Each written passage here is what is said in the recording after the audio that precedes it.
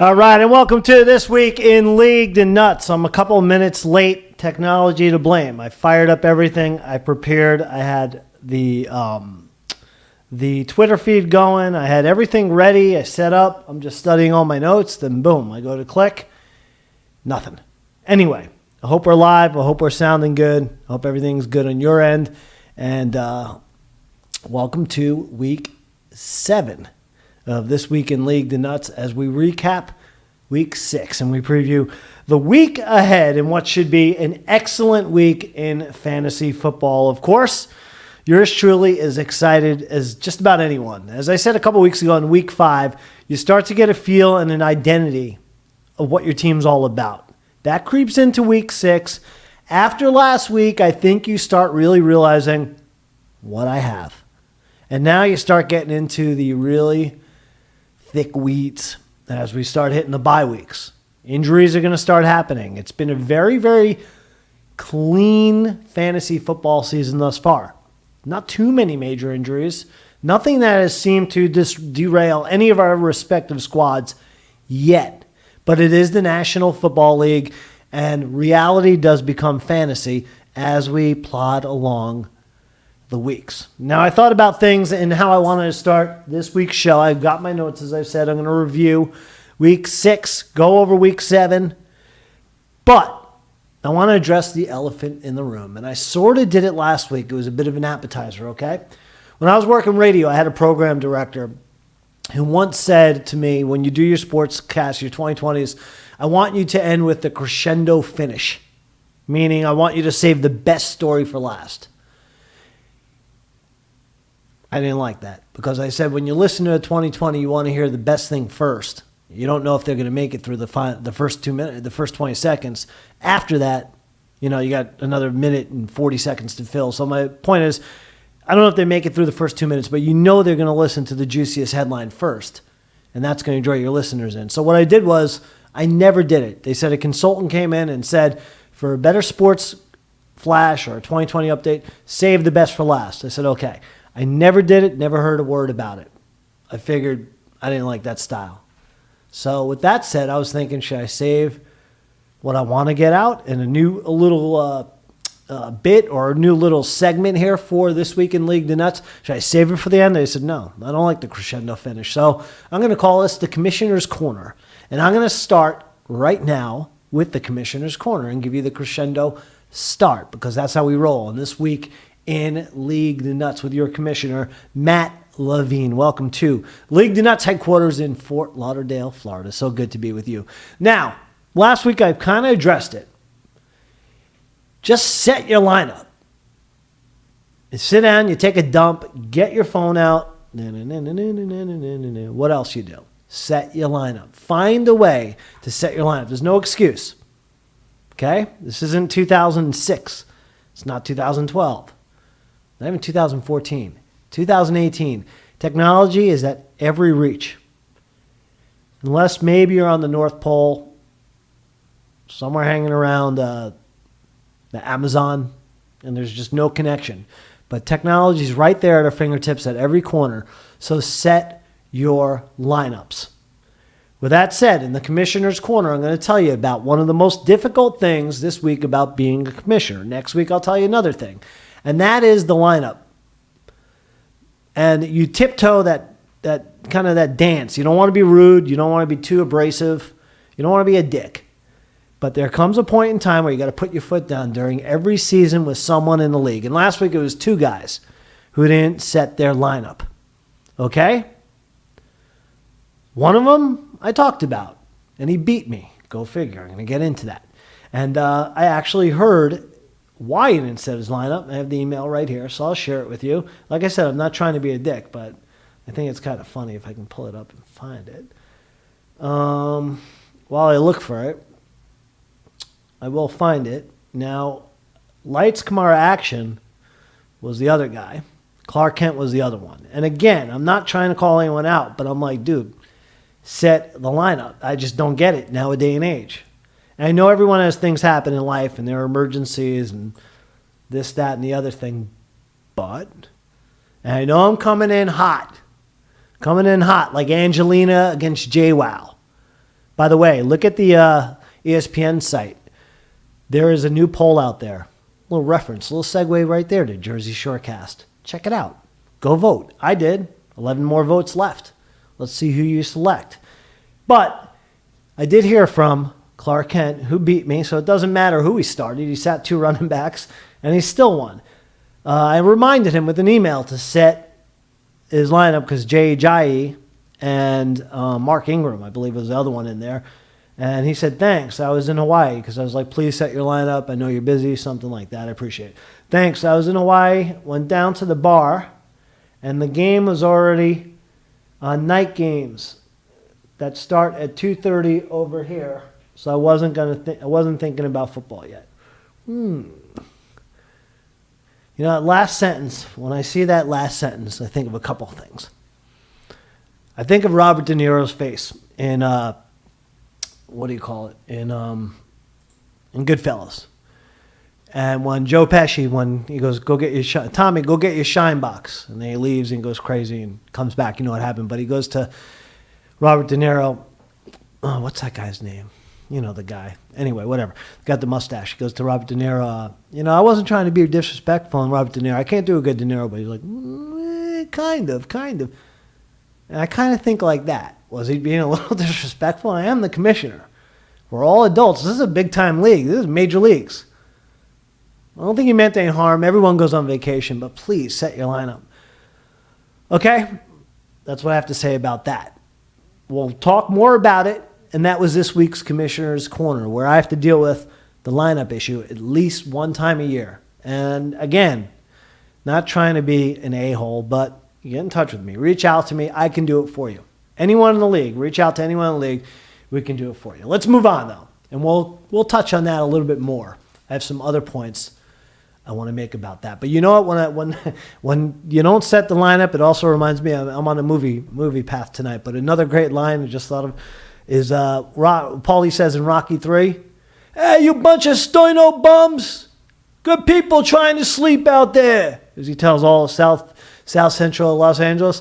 Well, that's what I think. When you don't set your lineup, you're a sterno bum. Okay, let's move on. No bum in Polk High School.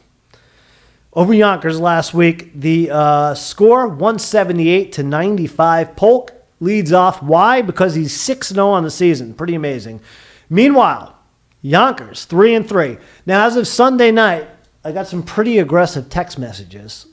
I'll hold back. I already shared enough information. From Yonkers, cruising to victory, da-da-da-da-da-da-da, eat bacon, I feel good, da-da-da-da-da, birthday cake, blah, blah, blah. Anyway, as he's having a good old time celebrating his win, what he thought was a win, there was someone named Kareem Hunt and Patrick Mahomes. And they combined for 39 and 46 respectively. Now, it's interesting because you take a look at the quarterback-running back combination and you say, how do you beat that? And Yonkers almost did that. Good start with Trubisky last week. In for the, I was going to say injured Breeze, but I'm sorry, the bye-weeked Breeze. And Gurley, 37 points, 45 respectively. So what was the difference in this one? I harped on this a few weeks ago. Special teams kicker defensive player outscored for Polk against Yonkers 32-16. Texas defense, 21 points.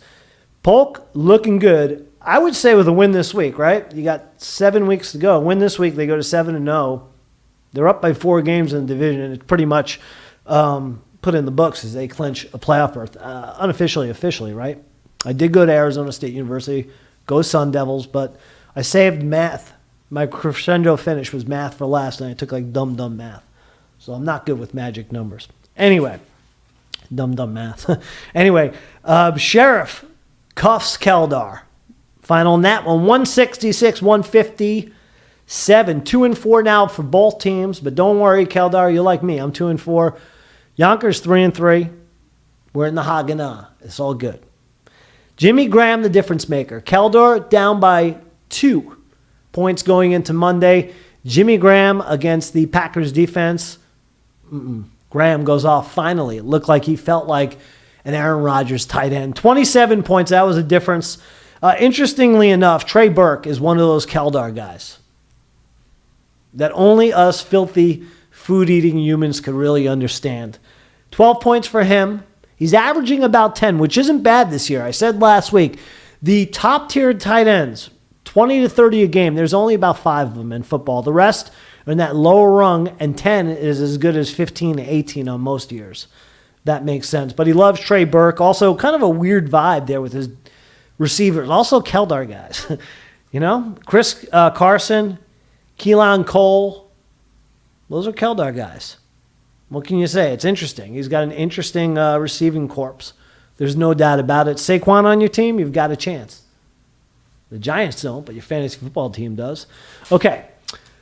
Third matchup, Dingstown over Smash. Dingstown's starting to look like the champion he was last year, when he knocked out yours truly for the Nuts Cup. Looking good. 4-2. Smash 3-3. 144, 132.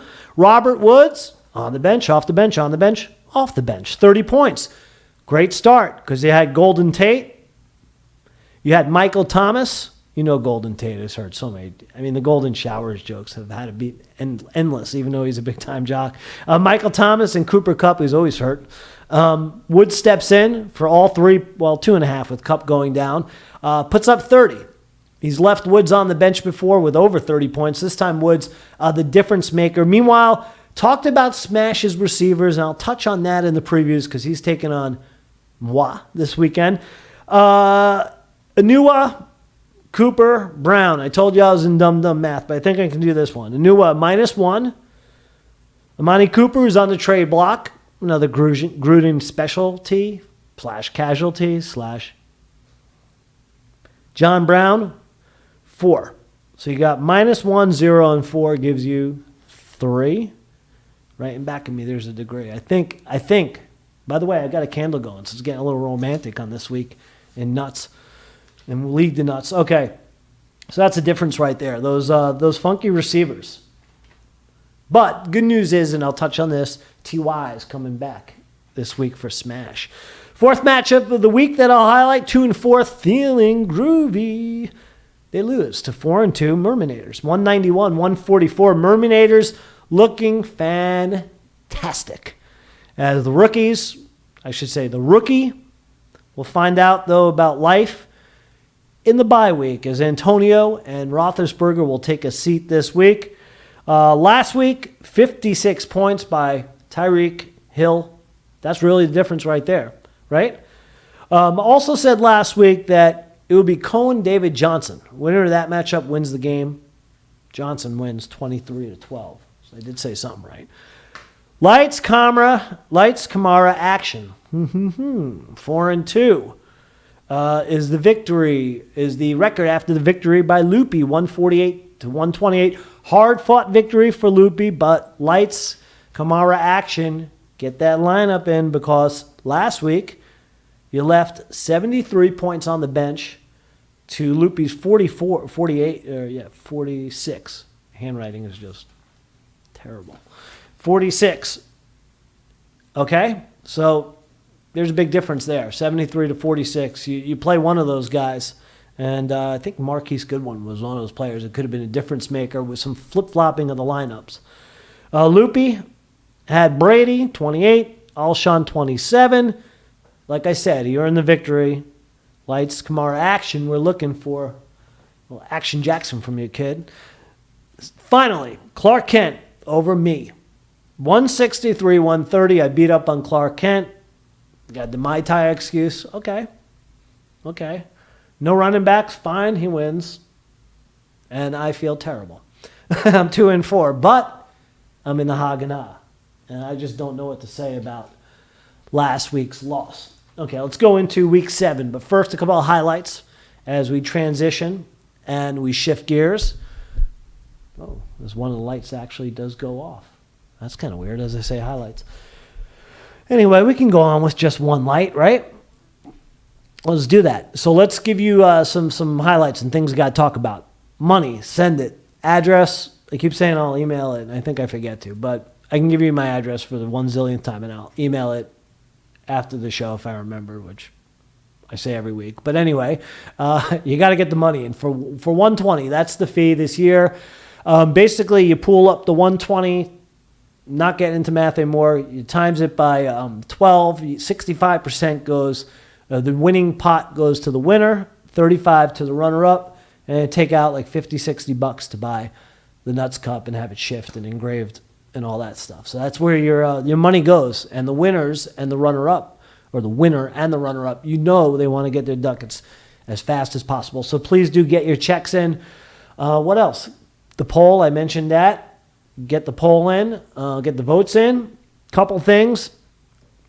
I'm still working on a top flight guest, or else I do the Latin Hustle. And I was thinking about that today. I kind of regret saying that, but it's already out there and it's documented, and I can't break my word. So I've got time, but I've got to work on that. A couple weeks from now, Merminator said he wanted to come in studio. We're going to work on that. 2 mic setup, 2 camera setup. Also, working on potentially having someone remotely produce the show so we can put some elements in there and do some production values, and I can just sit here and blab away like I'm doing anyway, but we can do some other things. And that reminds me, see, I had the Twitter feed all set up and some funny tweets in there, but anyway, it went off, so I don't know. As I said, the computer crashed, but I'll get some elements. I'm looking for possibly getting the show remotely produced, which would be interesting. Merminator, a couple weeks, coming as an in-person guest. I got a surprise guest that was supposed to join us for week 6 this week, but it's been put off. But I've got a very good surprise guest coming your way. It's not the A-lister. Close. I wish it was.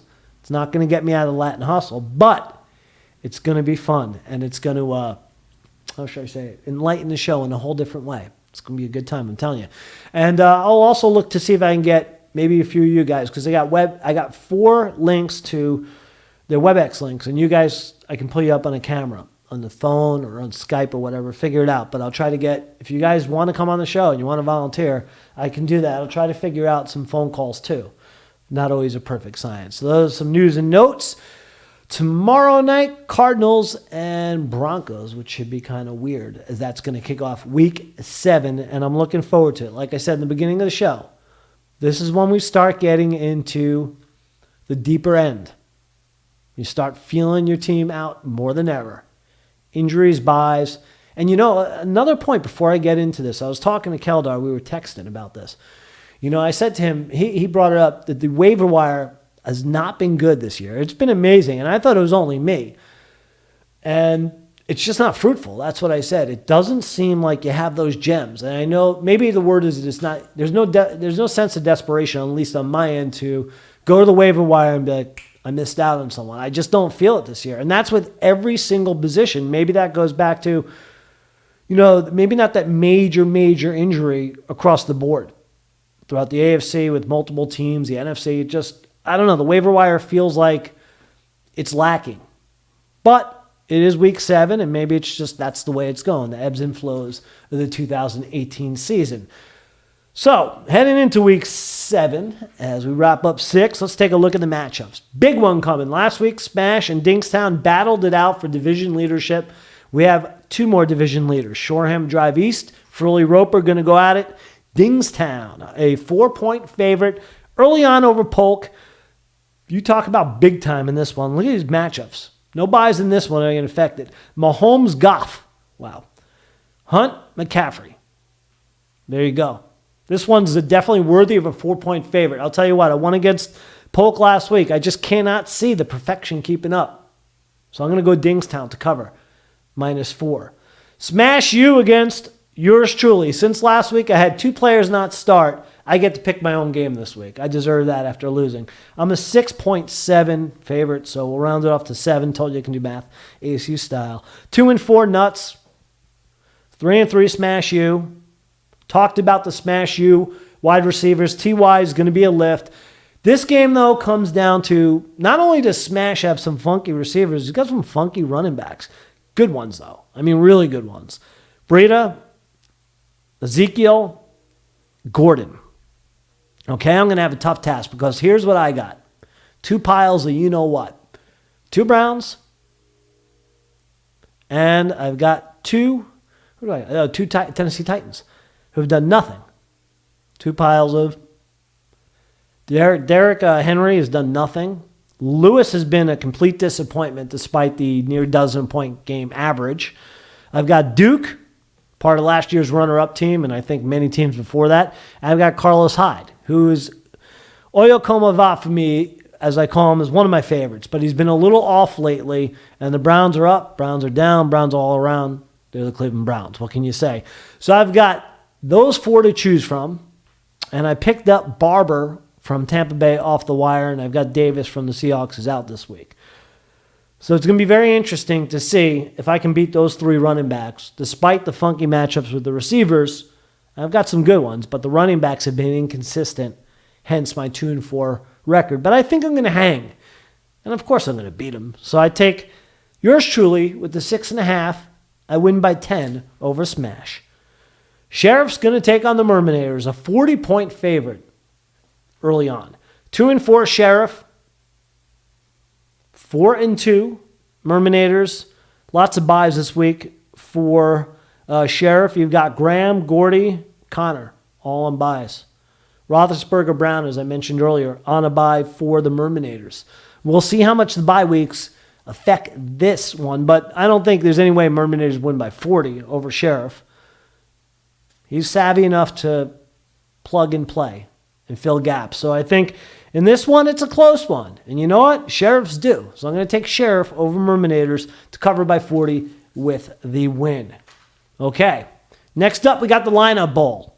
And it's pretty simple. Clark Kent takes on Lights Kamara action. Kamara's a 15-point dog. Who wins this one? The team that starts the most guys in their lineup. That's who wins. Meanwhile, Loopy will take on Keldar. Loopy is a 26-point favorite early on. 4-2 Loopy. Looking good. Looking good thus far. 2-4 Keldar. Ups, downs. Some cosmic energy here. And it's not only coming out of the 4th quad. It's kind of all the way around the whole Xanax sphere. As Keldar, no Juju. But the Red Rifle, who I call the Red Cloud, Andy Dalton. You know, I wouldn't figure Keldar is ever having to start Dalton, ever going with him. But that's who Keldar's got at quarterback this week. And a little bit of weirdness with Odell. Odell translates weirdness from on the field, off the field, into fantasy. And that's who's going for Loopy. So the cosmic energy is a little weird. With that said, I think Keldy covers, but I think Loopy wins a close one. And these two, check that board, that fantasy board where, you know, where you chat under the scores, is going to be heavy duty this week. And these two like to yap, yap, yap. Groovy will take on Yonkers in the final one of the week in week 7. Yonkers a 13-point favorite. Yonkers last week, great call with Trubisky filling in for the bye week, Drew Brees. Some great matchups with Trubisky taking on Jameis Winston. Never knoweth, never famous Jameis. As long as Jameis doesn't take a Lyft or Uber to the game, we're fine. So that's one matchup. David Johnson against Gurley, good one. How about this one? Gronk against Kelsey. Groovy with Gronk, Kelsey for Yonkers. You don't get a better tight end matchup than that. So with that said, I'm going to go with Groovy to win and cover as a 13-point underdog. So it's going to be a big week. I think I covered a lot tonight. Couldn't get the Twitter feed up. It's a goal every week for me to expand. But, you know, I sat here. I thought I was all ready. Computer freezes and you're never quite as ready as you think. So you learn something every week. But I'm going to look to expand on this show. It's a big launching pad for me to do a lot of different broadcast things. And it's just kind of fun to toy around with this and make it part of our league each and every week. So I'm going to take off because I'm getting tired. But anyway, it's been awesome spending this week in League De Nutz with you. Go vote for the poll. Get your money in. Good luck to each and every one of yous going into week 7. Start those lineups. That's my final word. Adios. Good luck.